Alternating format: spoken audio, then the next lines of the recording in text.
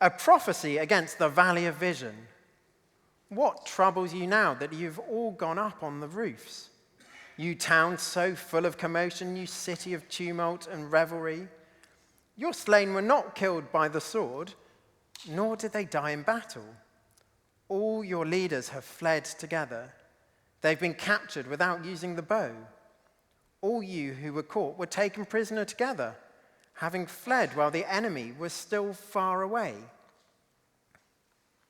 The picture is of a city in uproar, but not because it's actually fallen to the enemy. There may have been a rumor of attack, and the fact that people were captured, as these verses say, once they'd fled already, shows that there were enemies around. But no one has died in battle. So what's going on? Where is this city? At this point, we just have the weird title, the Valley of Vision, don't we?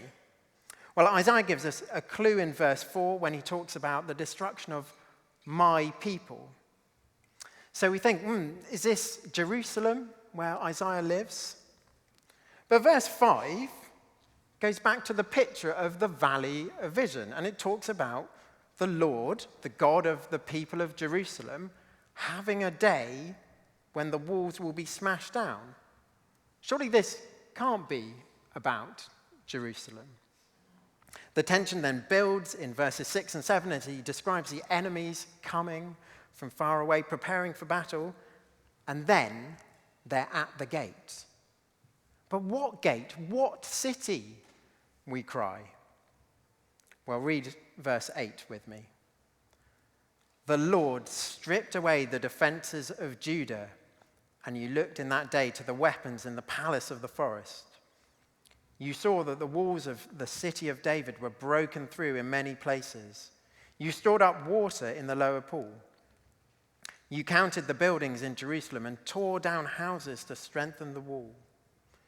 You built a reservoir between the two walls for the water of the old pool.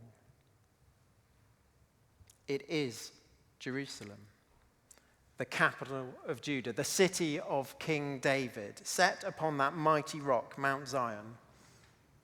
The palace of the forest is part of Solomon's palace complex. The lower pool was part of the water system that King Hezekiah remodeled to make Jerusalem more secure. That's what verse 11 is talking about. And finally, verse 10, look at that again. We have Jerusalem named clearly as we see the walls being strengthened. The Valley of Vision turns out to be an ironic title. The hill of Jerusalem has become a valley. Instead of giving a perfect view of the countryside around, there is no vision at all. They see nothing. Here's the point of Isaiah's little geography lesson about Jerusalem. The city is in panic. Some people have fled already. There is an enemy on the way. And so everyone who is left is looking to things that they think will bring them security.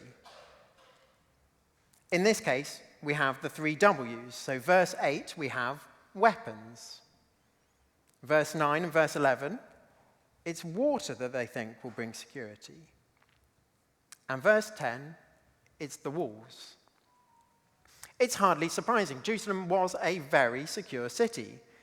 King Ahaz did care about the water supply. Back in chapter 7, we find him inspecting an aqueduct when the city is threatened. By the time that chapter 22 was written, Hezekiah had upgraded that system to make it even better. But God still says, how foolish. Have a look at the end of verse 11. But you did not look to the one who made it, or have regard for the one who planned it long ago. They have not trusted the God who made the water and the rock. The one who, verse 12, names as the Lord Almighty. That means something like the one who was and is to come, the God of heaven's armies. He is the one they can trust. But panic continues. There's fatalism in verse 13. Instead of repenting and turning to God, they say, "Let us eat and drink, for tomorrow we die." They have no hope, and so they think they should just have one last party. But verse 14 is the verdict. Judgment will come. Now, whether the people's panic caused the leaders to panic or it was the other way around, verses 15 to 19 are a vivid illustration of what is going on. Shebna, named there in verse 15, is like the prime minister, and so he should have been rallying the troops, checking the walls, and most of all, getting people to call out to the Lord. But verse 16, where do we find him? Preparing his own grave, because he has no hope. And so the Lord judges him and rejects him, as we see in 17 to 19. Shebna is then replaced by Eliakim, verse 20. You can check out chapter 36, verse 3 to see that this does happen. And it all looks good for a while in those verses, doesn't it? Eliakim seems to have taken on the mantle of kingship. That's what verses 21 to 22 are about. And 23 to 24 seems to be a great relief. He's going to have a seat, a firm place. He's going to be a peg, firmly secured. It all looks good.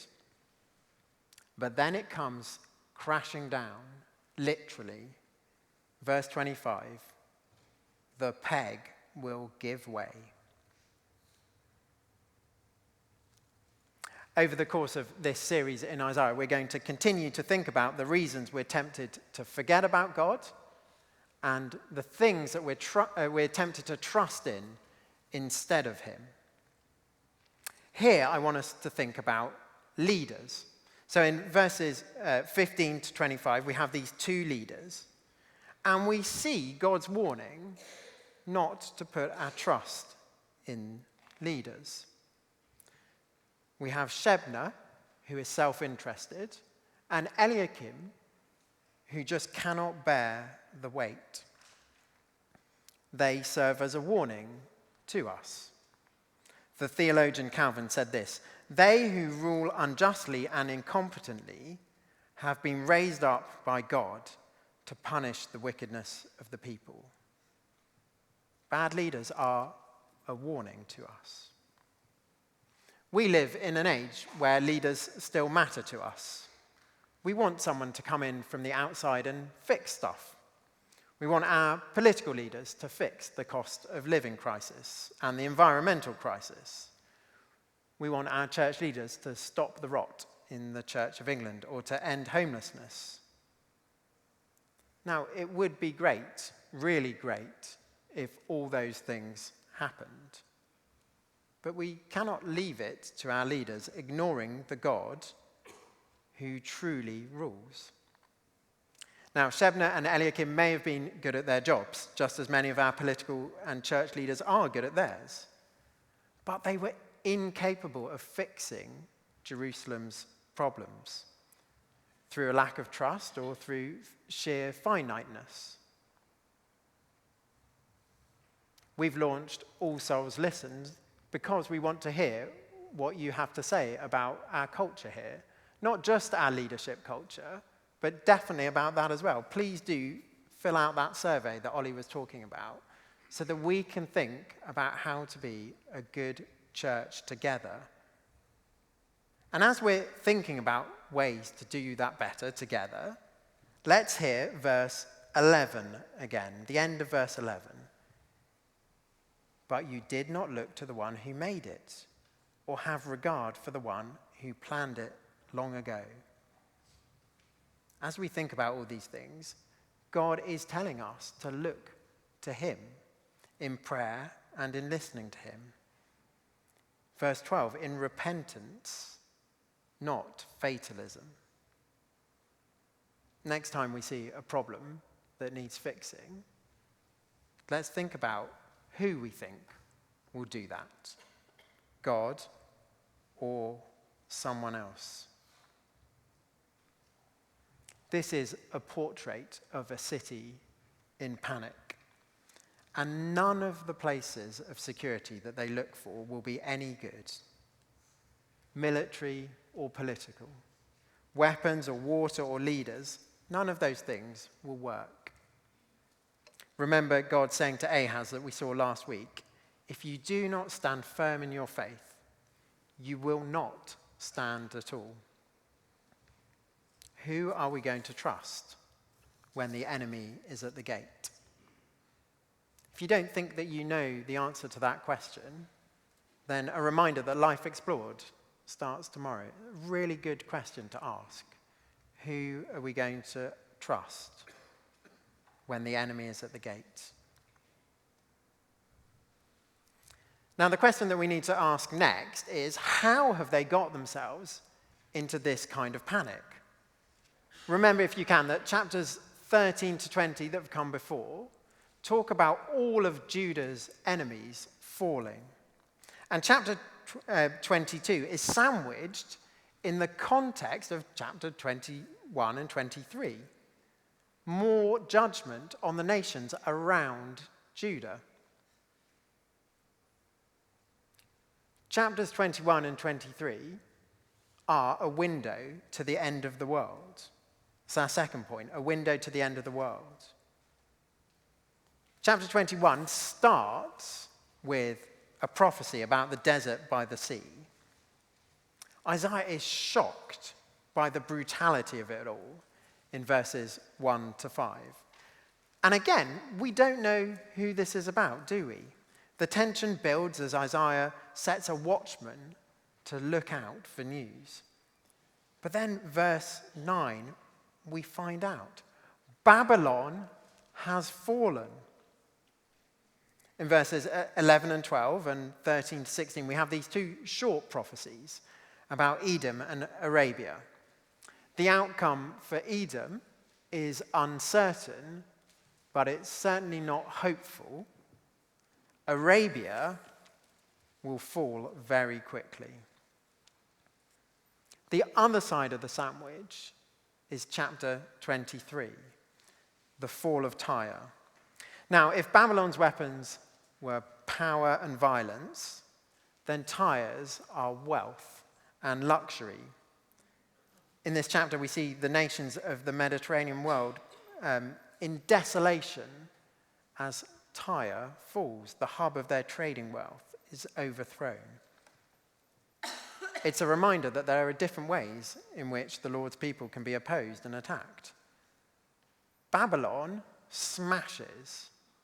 Tyre seduces. You can build walls and take up arms against Babylon, though as we've seen, without the Lord, that means nothing.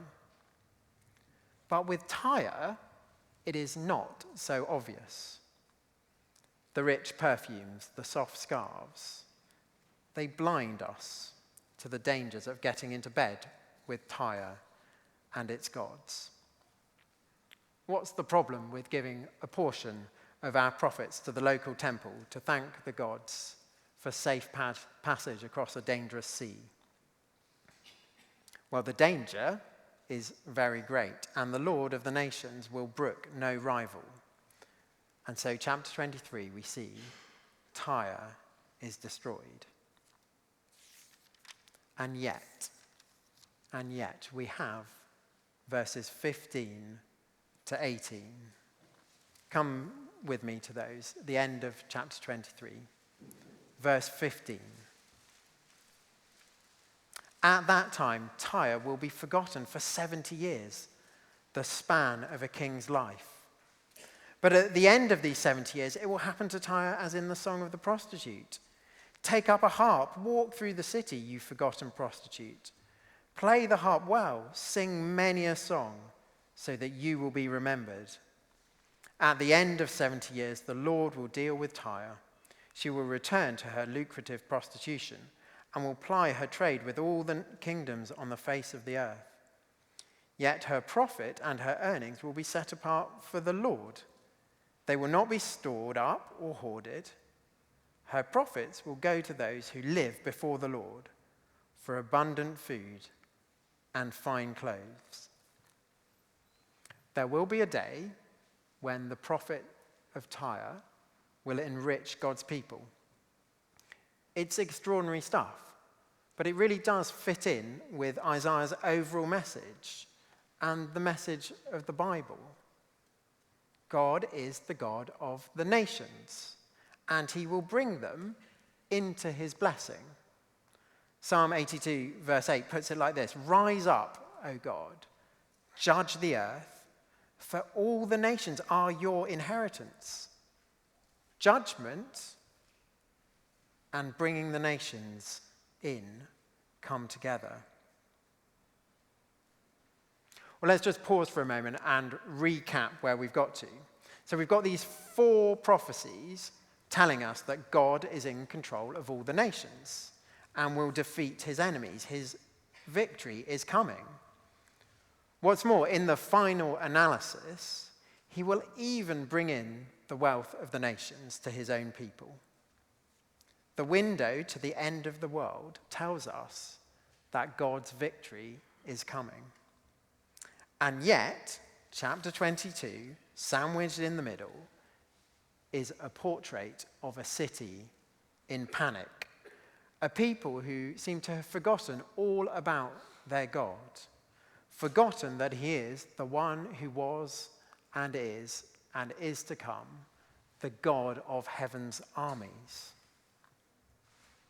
How do we put those two things together? Well, Isaiah is saying to the people of Jerusalem, look out of the window to the end of the world. Look and see that God's victory is coming. Why all the panic? Why all the frantic action to shore up your position? Have you forgotten your God? Lift your eyes to the one who is really with you and look at what he is going to do.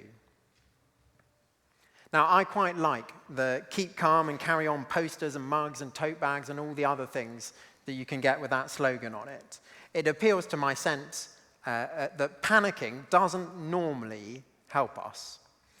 It's a simple message, isn't it? And it helps us to think, okay, I just don't know what to do. Oh, here's what I have to do. Just not panic. I think I can do that.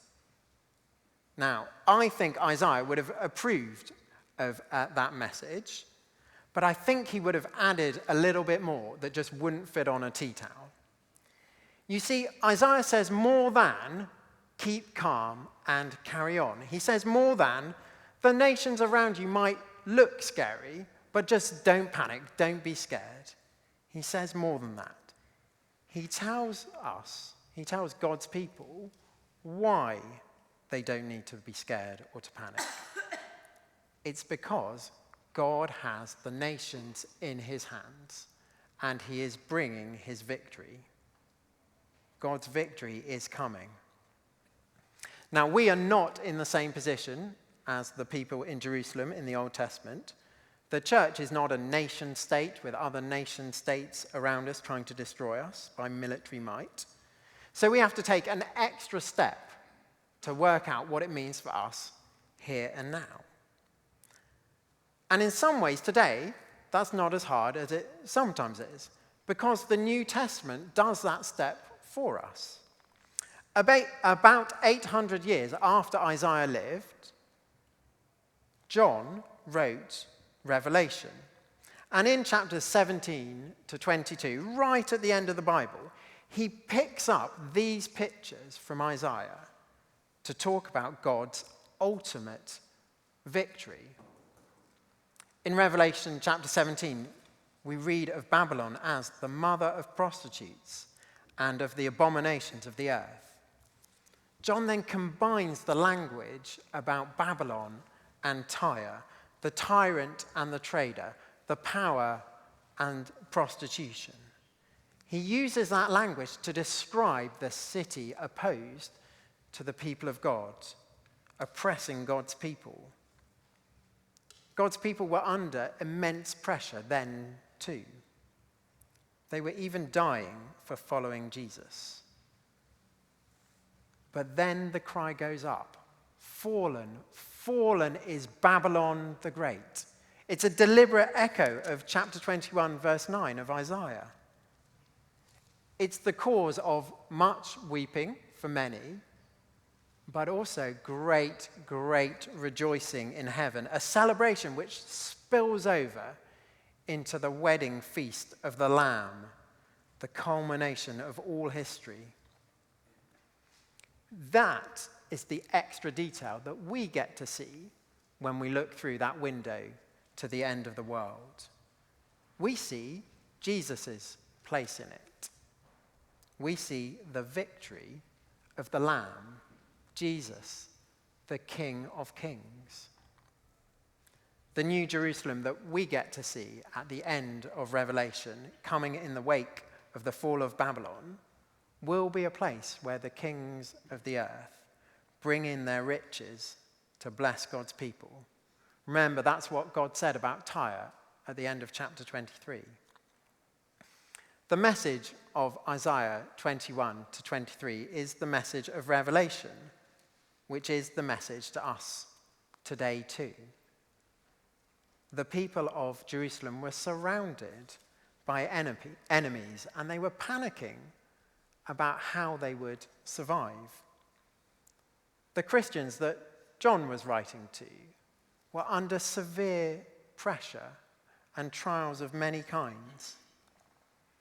We too, because we follow Jesus, face and will continue to face trials and persecution, hardship.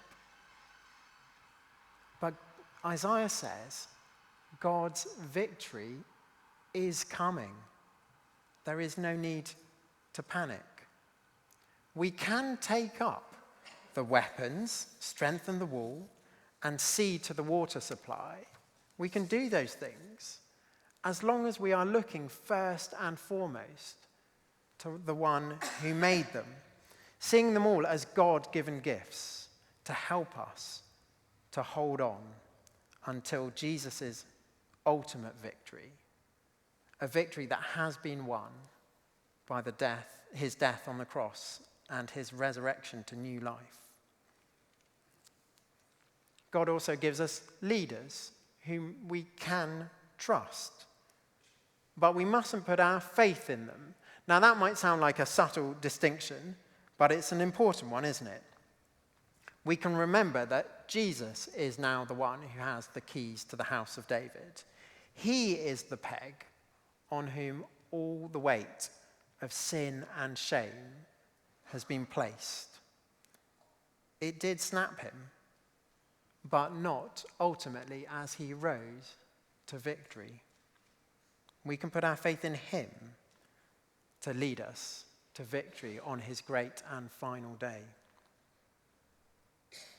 So in these chapters, we've seen a portrait of a city in panic in the context of God's utter control of the nations.